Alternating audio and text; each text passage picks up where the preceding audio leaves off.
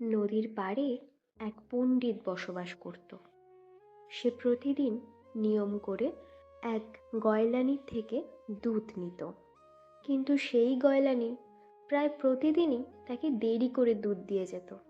একদিন সেই পণ্ডিত বড্ড রেগে যায়। গয়লানির দুধ দিতে এলে তাকে বলে, হ্যাঁ রে, তুই প্রতিদিন এরকম দেরি করে দুধ দিয়ে যাস যে?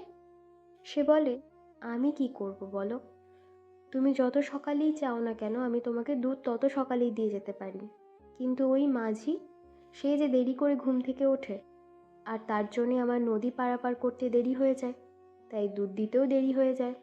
পণ্ডিত বলে, দেখ বাপু, আমি ওসব কিছু জানি না। তুই যদি পারিস পরের দিন থেকে সকাল সকাল দুধ দিয়ে যাবি, না হলে আমি দুধ নেব না। গয়লানি মন খারাপ করে চলে যায়। সকালবেলায় পণ্ডিতের অমন বকা খেয়ে আসার জন্য গয়লানি দুধের টাকা আনতে ভুলে যায়। তাই বিকেলবেলায় সে আবার একবার নদী পার করে সেখানে যায় দুধের টাকা আনার জন্য। গয়লানি গিয়ে দেখে পণ্ডিত বহু নামি গুণী মানুষদের সাথে বসে শাস্ত্র পাঠ করছে। ঠাকুরের নানান গল্প, কথা, বাণী এইসব নিয়ে আলোচনা করছে। গয়লানি তার মধ্যে কিছু কথা বুঝলো, আর কিছু বুঝলো না, কিন্তু সেখানে বলা একটা কথা তার বড্ড মনে ধরে। হরি নাম করলে এই সংসার সমুদ্র সহজেই পার করা যায়। পরের দিন সকাল সকাল গয়লানি দুধ দুইয়ে এনে নদীতে আসে পণ্ডিতকে দেবার জন্য। মাঝিকে বহু ডাকে, কিছুতেই মাঝির আর ঘুম ভাঙে না। তখন তার মনে পড়ল, আরে কালকেই যে শুনলুম হরি নাম করলে সমুদ্র পার করা যায়, তাহলে এই নদী পার করা যাবে না? বড্ড বোকা আমি, দেখি তো একবার হরির নাম করে নদী পার করতে পারি কিনা। গয়লানি সরল মনে হরিনাম জপতে জপতে নদীর দিকে এগিয়ে আসে, আর সত্যি সে পুরো নদী পেরিয়ে আসে। অবশেষে পণ্ডিতের বাড়ি এসে পৌঁছালে পণ্ডিত বলে, ও কি রে, কাল যে বললি দুধ দিয়ে যেতে পারবি না সকাল সকাল, তা আজ চলে এলি বড়? দেখলি তো, তোরা ভালো কথার মানুষ না, যেই কাল একটু চাপ দিলুম অমনি আজ সকাল সকাল চলে এলি। গয়লানি বলে, আমার দেরি হবার জন্য আপনিই দায়ী পণ্ডিত মশাই। বটে, আমি দায়ী? তা কীরকম শুনি?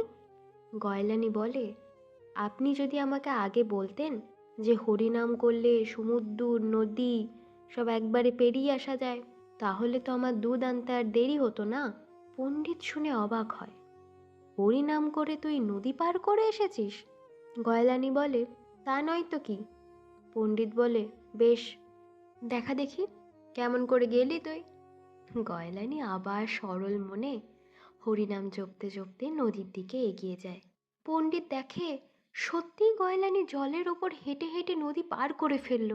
সে ভাবল, গয়লানি যদি পারে তাহলে সে তো পণ্ডিত, সেও নিশ্চয়ই নদী পার করে ফেলবে। তাই মুখে হরি বলতে বলতে পণ্ডিতও চলল নদীর দিকে এগিয়ে। কিন্তু মনের মধ্যে তার সংশয়, যদি নদীর জলে কাপড় ভিজে যায়। তাই মুখে হরিনাম জপলেও এক হাত দিয়ে সে তার কাপড় তুলে ধরে, কিন্তু লক্ষাধিক হরিনাম জপেও কোনো মতেই পণ্ডিত সে নদী পার করতে পারল না।